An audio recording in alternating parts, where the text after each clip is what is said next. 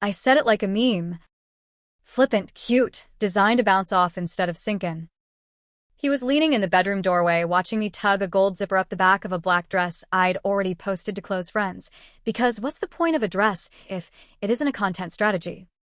The neckline was the exact angle I pretend is accidental, the hem skimming my thigh like a dare. Girls' night, downtown. I'd curl my hair, gloss my lips, and dust in my collarbone with a highlighter he always says smells like cake. "Why are you so dressed up?" he asked. Not suspicious. Not controlling. Curious, with a smile. I looked at my reflection, at the girl I designed, and said the line that should have stayed in a group chat. "In case I meet someone better." He didn't laugh. He blinked, slow, like he'd felt a draft from a door I claimed was closed. "I'm kidding," I added, "because when you toss a knife and miss, you call it a joke." "Relax." "I'm relaxing," he said. He wasn't. He was recalibrating. I meant it as a flex, the kind my friends and I trade like gym selfies. Reminder that men are replaceable and women are the prize. But it was coming from the mouth of a woman who'd already asked him to forgive DMs to an ex. Innocent, I'd said, a half-truth about a coworker, walking me to my Uber at 1:40 a.m. and a selfie from a rooftop that cropped out a guy's hand on my knee because the crop is where the guilt lives. Jokes land different when the ground underneath them has already cracked. He kissed my cheek. "Have fun," he said, and that gentle sentence scared me more than a fight would have. The group chat that night was exactly the genre you'd expect. Bathroom mirror collages, one friend crying because her mascara betrayed her during pregame, a debate about whether we owed the promoter a story post for letting us skip the line, a stranger buying us around because we looked like a bachelorette party without the bride. I flirted in the frictionless way you can afford when you think you're invincible and your life has an autosave. I danced too close to a man whose cologne smelled like my 20s and pretended it was a coincidence our hips knew the same song.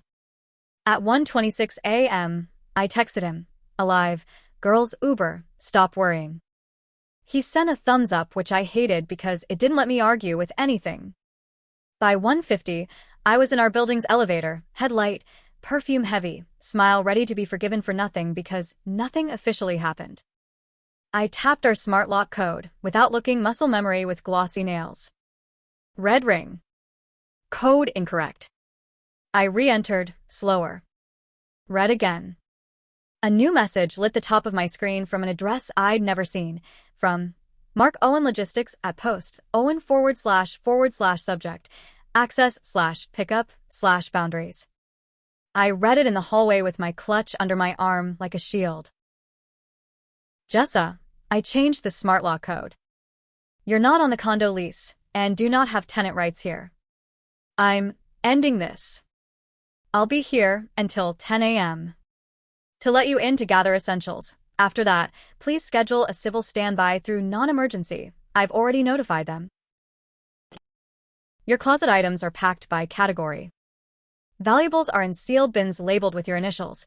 I filmed an inventory while packing to avoid disputes. I'll put the footage in a shared folder. Please use email for logistics only. I'm muting texts. No social media about me/us.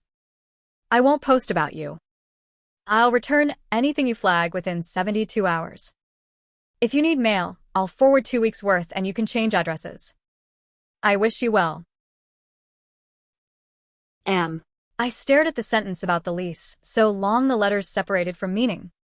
I'd moved into his condo 8 months earlier with my plants, 3 pairs of boots, and the kind of confidence rented by women who decorate before they sign anything. My name wasn't on paper. I had been a guest who acted like a co-owner until the night I announced I might meet someone better. A courtesy officer in our building lobby saw me staring at my phone and walked toward the elevators. "Everything okay?" he asked, voice low enough not to embarrass me. "Fine," I said, which is what you say to strangers when your chest is a fire alarm. He nodded and left me in the hallway with a code that didn't love me anymore. When the door opened, he didn't make a speech. He stepped aside. My suitcase sat in the entry, packed. My vanity drawer had 2 pouches. Makeup daily and makeup extras. Zipped and labeled. The dress I'd worn last New Year's hung in a garment bag, like a good memory. On the kitchen island sat an envelope labeled inventory with a QR code to a Google Drive folder, short videos of him rolling my jewelry in tissue and sealing bins, reading the inventory list out loud. "This is insane," I said first, because insane is what you call boundaries you didn't anticipate. "I'm not going to argue with you, Jessa," he said. "I'm going to keep my side of the street clean." "I was joking," I said. "You know I was joking." "I know you were rehearsing," he said. He picked up his mug and sipped like men do in movies when they want to look unfazed. He actually wasn't fazed. He was done. "You can't lock me out," I said, reaching for law like it's a life raft. "You're not on the lease," he said. "I checked with the property manager before I changed the code. If you need more time, schedule the civil standby and take whatever we missed. I won't be here after 10. "You're overreacting," I tried. "I didn't do anything." "You said you wanted to meet someone better," he said. I removed myself from the pool. I walked through rooms that still smelled like our life and gathered the essentials. Charger, underwear, skincare, the sweatshirt I live in when I'm sick, the journal I pretend to write in and actually use for passwords. The dog, his before me, watched from his bed, ears tilted, like he was waiting for the part where I dropped a snack. I kissed his head anyway. "Be good," I said. He looked at Mark. Dogs always pick the person who walks them at 6 a.m. On my way out, I turned to do the scene I thought would soften him. The one where the woman who made a bad joke is also the woman who cries pretty. He didn't look cruel or victorious. He looked like a man who had upgraded his coping to policies. "I packed the photo strip from Coney Island in your bin," he said. "I don't need to keep it." He didn't say, "I don't want to." He said, "Need." Precision is a kind of mercy. At 10:02 a.m., I got an email from him with a screenshot, non-emergencies confirmation number for our address. He'd called ahead to tell them his ex would be arranging a civil standby for the remainder of her belongings. He included the property manager's contact and the window she'd authorized for me to access the freight elevator with an escort. He'd taken my chaos and made it a calendar entry. I cried at my friend Bree's apartment on an air mattress that sighed every time I moved. I wanted a Greek chorus, but I got 2 friends and a very honest mirror. "He's petty," I said. "He's prepared," Bree said. "There's a difference." "He overreacted," I said again. "You said you wanted to meet someone better," she said. "He believed you." I was joking. "You also crop hands out of photos," she said, without cruelty. "He's not a judge. He doesn't need evidence beyond how he feels being with you." I pulled up my text to prove the context, like context could rewind a night. Above my "in case I meet someone better" line were my own receipts, a screenshot to my best friend of a promoter's DM that I'd left on read, but didn't delete, a photo of the 4 shots we didn't pay for because some banker liked the way we sparkled, the old thread with my ex-high school boyfriend where I sent a selfie from Sephora that didn't need to be sent. It didn't look like a crime. It looked like a pattern. He didn't have to prosecute it. He just had to decline to live in it. When I showed up with the officer 2 days later, the apartment looked exactly the same, except my mirror was gone and my sweater draped the wrong chair. He'd put my bins by the door and set aside anything he wasn't sure about in a neutral pile: candle, mixer attachments, the book we'd marked up together. He'd removed me from the smart lock access list and the Nest app. He'd changed the Wi-Fi password and left it on the counter for me to copy because he isn't spiteful, he's thorough. "Do you want a mocha pot?" he asked evenly, gesturing toward the stove. "You used it more." "You keep it," I said, because the mocha pot made his Saturday coffee rosier and because I didn't trust my voice not to make this a movie. He nodded, wrote mocha pot, Mark on the inventory, and signed it. We both dated it like a contract. He never posted. He didn't block me to punish me. He filtered me to save himself. When I tried to DM him a long apology, because apologies feel more convincing with paragraph breaks, the message failed banner popped up and stayed. He sent a separate email after the pickup with the subject final: "I'll forward your mail for 2 weeks. After that, it returns to sender. If I find anything of yours, I'll notify you. Please don't come by unannounced. Wishing you well, truly.